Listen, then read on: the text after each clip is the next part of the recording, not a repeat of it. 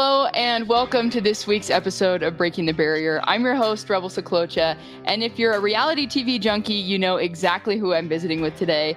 I'm joined by Ty Ferrell, better known as Farmer Ty from this season of Farmer Wants a Wife. Ty, thanks for being here. Thanks for having me. I appreciate it. So obviously there's a lot of excitement surrounding the show and your role on it. This week is the finale where we anxiously await final decisions from all of the farmers, including yourself. We're going to dive into your experience on the show later on in our conversation, but I want listeners to get a glimpse into your life outside the show and kind of an idea of your involvement in rodeo. So give us a glimpse into your background and how you got involved in the sport of rodeo. Yeah, so my dad, whenever rodeo and team roping came around Southeast Missouri, I was just a little boy. I was just a kid. He got involved, group of guys going at it and learning how to do it. And of course, I was tagging along, and he put a rope in my hand, and the rest was history. I was there with him and started doing it when I was 2, 3, 4 years old, and roped like my first cow. And I think they put me on a pony with somebody else. And of course, we tracked one and chased one. And Absolutely. the rest, it went from there. Awesome. So in addition to actively competing and being a team roper, you also are a rodeo photographer. Mm-hmm. Unless I'm just, blind or deaf, I definitely missed that if that was discussed on the show. But I'd love for you to talk about when you picked up a camera and how that came to be. So I guess I bought my camera, I believe it was in 2017. And you know how when you're a kid and your mom or somebody's taking pictures and, you just kind of dread it. Well, I kind of became that parent to my kiddo and really enjoyed taking pictures, but more or less not just taking pictures, using the light that was there and kind of, creating something. And it really became my creative outlet. That I enjoyed, and all of a sudden people were like, "Oh, you should be a photographer. You should be a photographer." I was like, "Oh yeah, that sounds great." And so I bought a camera, and then realized soon after that there was a lot more there than just point and click.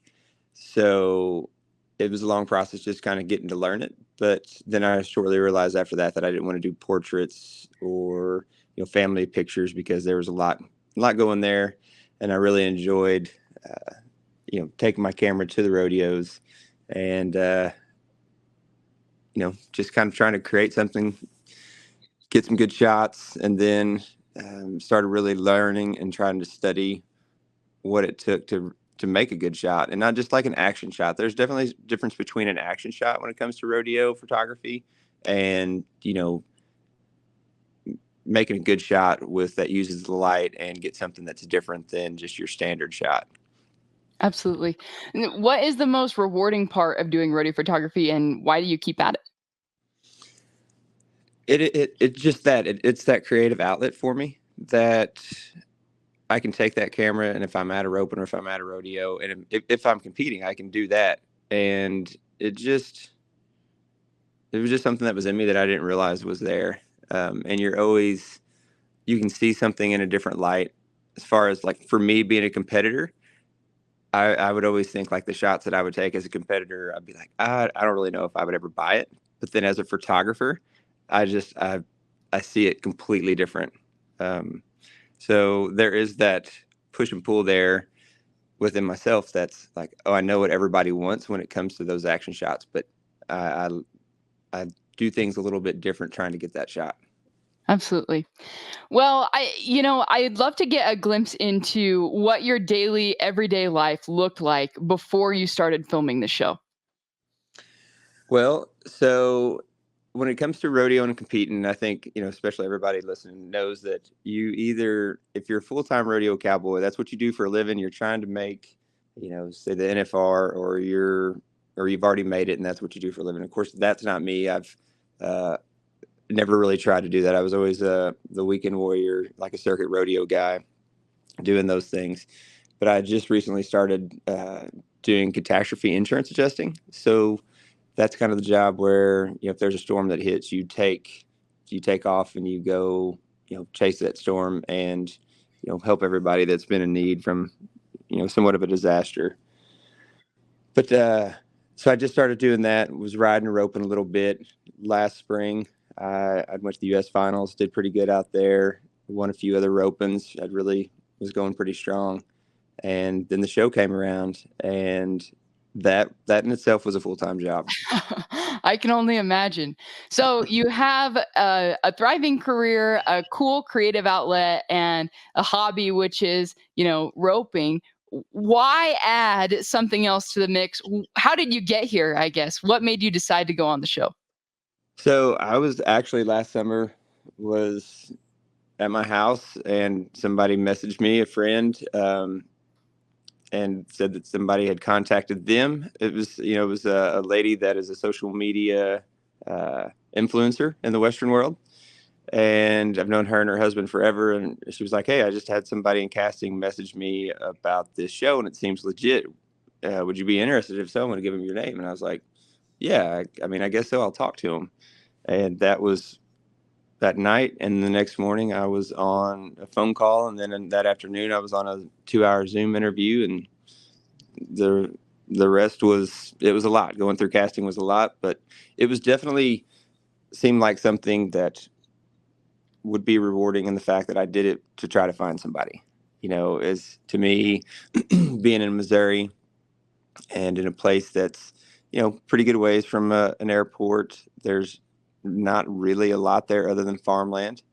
I thought, well, the dynamic of the show is the ladies come to you, and if there's love there, then they would already know what the place was like, what my life was like. It's not just like being on some sort of reality TV vacation. Is what I kind of thought. So it sounds like you were pretty easily convinced into doing the show. No, honestly, I did. I watched, doing the Zoom interview and doing all of that didn't mean I was necessarily committed to it. I did go ahead and watch the whole first season to see what it was going to be like, what I was going to be getting myself into. There was, some time and thought put into it. And then also I talked to my daughter about it, and she's like, "Yeah, that's so cool, Dad." Like, and it wasn't because it was cool like that I'd be on TV. It was cool for her that she would be like, "Yeah, I could find you know, my person." Very cool. Well, one of my favorite moments on the show early in the season was when Lennon got to meet the women that you brought back to the farm. I'm an older sister, I'm a protective friend, and all I know is I am very opinionated when I meet the individuals that my friends and family members are dating. And I darn sure know if I was in her shoes as a 12-year-old girl, I would have been brutal on those women. What did she tell you off camera after it was all said and done? She actually just enjoyed every bit of it. She's the little girl that she's very smart, very mature. She just enjoyed getting to meet all of them. She didn't take, I guess, really looking back, she not that she didn't take it serious, but she just really enjoyed the moment for what it was, and just getting to meet them. And it's obvious that two of them kind of took to her and really kind of had that, um, I guess, that parental, or kind of that, some people are really good with kids and some really just have never been around them, and don't really know how to interact, I guess. And as far as that goes, Megan and Melody really, um, there was just like immediate friends. Mhm. And Awesome. so, yeah, after the fact, it was in TV world, there wasn't a whole lot of time to sit back and reflect. We had time that we sat down at dinner that night, but Lennon was, kind of had to hang off over to the side because they wanted on TV show. They wanted, you know, the ladies to be able to talk about Lennon or kind of express how it all went, and not feel uncomfortable with her there, which was a little tough for me to handle at first, but like that was kind of some of the things that you learned in the TV world. Yeah, absolutely. So, as a viewer, you can kind of keep a pulse on, how things are moving linearly, but it's hard to tell, in a time frame when things are happening. Give us a glimpse of what the film schedule was like. Oh wow, it was. I tell everybody it was the most exhausting thing I've ever done. I think all the other guys would completely agree as well. Um, when the days that we filmed, it was a 12-hour day, and depending on what they needed to get filming wise, the days might start at 8 o'clock and they would end at 8. Or if we needed to get some kind of a dinner in there, the day might start a little bit later. And so it was rotating. Um, Lunch was every 6 hours, and it's not like everybody's kind of filling you in on this. It was all of a sudden you go somewhere and like, hey, we're kind of getting hungry, and there may be snacks and such, but it was just such a different world that you were so unaware of how it would work that you had to really get into that flow and just understand that everything was, you know, changing and just kind of rolling with what they needed from one day to the next.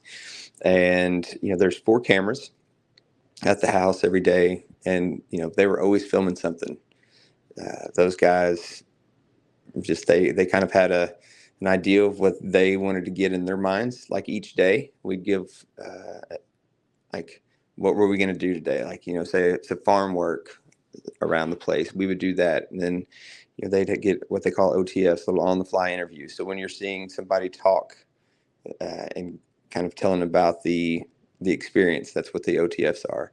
And it was just constant, all day we move from one thing to another. And then some days we would get letters, I guess you would say, from Jennifer, and those would either be, it's time to maybe send someone home if there wasn't a connection, or hey, we're going on a trip. And or then, one of the big things about the show that was different this year was, hey, you're going to go meet a new lady and see if you want to bring her back to the house. And so it was ever changing and dang sure a wild, exhausting experience. Absolutely. Well, there's a lot of factors at play: dating multiple women, having cameras in your face, having them all live in your home. That certainly adds to the dynamics there. But what was your dating life like before the show? You know, Honestly, I didn't really date a whole lot. That was a big part of the reason why I went on the show. I'm kind of secluded out where I'm at. It's not like there's a bar or anywhere to go to hang out where you could possibly meet new people. There is in other towns, but you know, 30 miles away and going and doing something like that, I wasn't going to ever go do that. So it was just kind of few and far between. Every once in a while you get on a dating app, and I always tell everybody it's just that hope of possibly finding somebody new or different on there. But it's in my part of the world, you can sit there and swipe, and in about 20 minutes you've gone through 100-mile radius, and it's all over. Yeah, absolutely.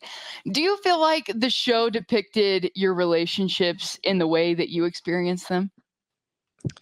Yes, they did very well. There was only one little part that I felt that didn't show uh, a complete scenario, I guess you would say.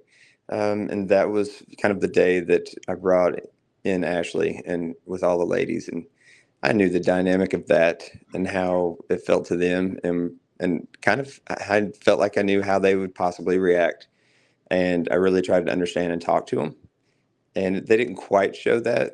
And so it made me kind of look or feel like a way that I knew that I wasn't on camera. But there's only so much time that they can fill the episode with. So I mean, I understood it, but other than that, yeah, I mean, I knew that I was going to go into the show and just be me and just kind of, it's not like there's any acting, you're just doing your days a little bit different. You just got cameras in front of your face and about 20 people around you. But yeah, it was me.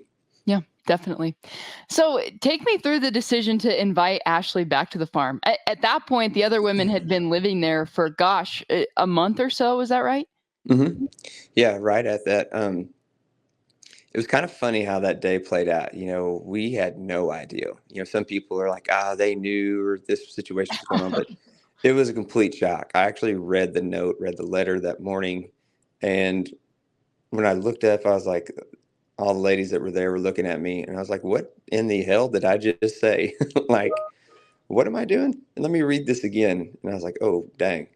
Well, on the way there, as far as the production side of things, I was like, hey, who is this going to be or what's going on? And like, oh, I think it's somebody local that they've kind of come up with. And, they knew who it was. And it was somebody that actually had been in my casting.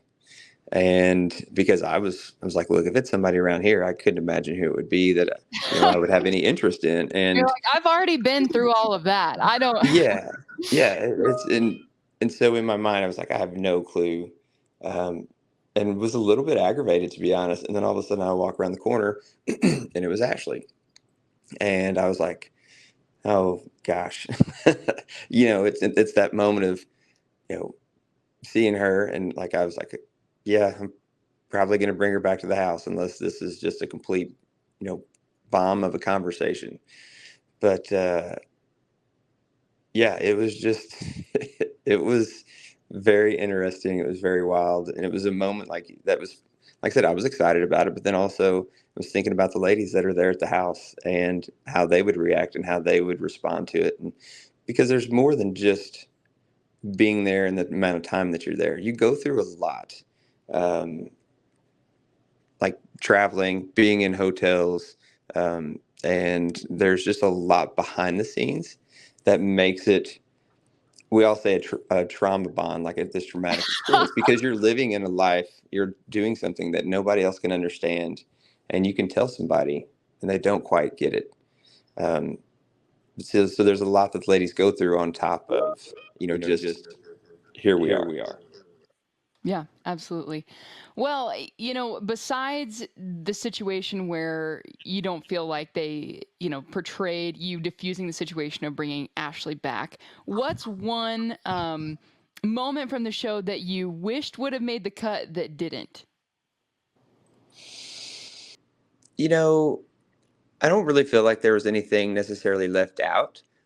Once we've seen all the shows now and the way we filmed, there were lots of activities, and even we went to kind of a little event one time. It was actually just me, Megan, and Melody, and none of that made TV. And that's kind of an interesting dynamic, all of this footage that they have that then, once you kind of watch each episode and you're like, oh, wow, that didn't even, that whole day that we filmed didn't even make TV. And so that's kind of interesting because they're constant, those guys that are doing the job, they, they are behind that camera and they're getting footage, all of them. They're 12 hours each day. It's not like they're ever just sitting around thinking like, oh, we've got enough. This works. They are constantly recording something. Absolutely. Well, Melody and Megan, at least from my perspective as a viewer, seemed like they were front runners from the very beginning. What Hmm. were some takeaways that you had after you visited their hometowns? Obviously, two very different experiences. Absolutely.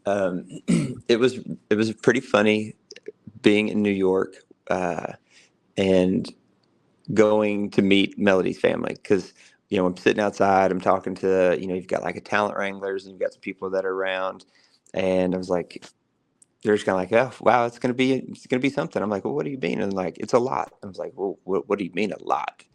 And they're like, they're a lot. I was like, there's a lot of them. They're like, yep, there's a lot of them. And but I was like, well, is their energy good? And they're like, oh yeah, they're a great time. And I said, well, good. That's all I need to know. And that's exactly what it was. Going in and meeting all of her family. It was a blast. It was such a good time. Um, and it was exactly who Melody is. All that energy from her hometown, then also her family. It completely, you could understand her and see where she came from. And then going to Nashville, Megan, her family actually came and flew into Nashville. One of her brothers lives with her, and then the other uh, brother and her mother live in Phoenix, and so they flew in, and it was a good time. We had a good time. They were definitely more like, this is our one and only daughter, and or that's the way her mom was, of course. But then our brothers, of course, being brothers, were very protective, and that energy was good. But it was also more of a like, what do we have going here? We really want to know who you are, and the same way with Melody's family, they did that, but they just had a high energy And it was very much two different experiences, but very fitting for, each lady and who their families were, and who it's made them to be. Absolutely. So, after those two experiences, what kind of considerations were you thinking about? Did you have any doubts after meeting their families? What was your thought process? That seems overwhelming.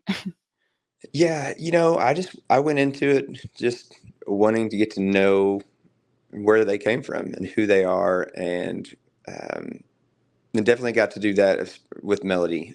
With Megan, like I said, she had just lived in Nashville for less than a year, or maybe a year, I believe it was. So uh, that was kind of like, that was where she's at, and was kind of like trying to put her roots down. But I just let them ask the questions, and see what they wanted to know. And of course, um, the age difference, and then also children is the big takeaway. And of course, that's the big takeaway on the show, and that's big takeaways on all the Facebook groups and all the chat groups. Why is this guy, doing this, if he's not open to having kids, which I always told him I was open to having kids. And also there's such an age difference. So I just kind of let them know like where I'm at, what my concerns were, and what they had. Absolutely. Well, okay. At what point in the show did you know which woman you were going to choose? Um, I'm going to say that kind of like three-quarters of the way through, I kind of knew where I was at and what was going to happen. But through the process, you want to stay open. You don't necessarily close all the doors. Yeah, definitely.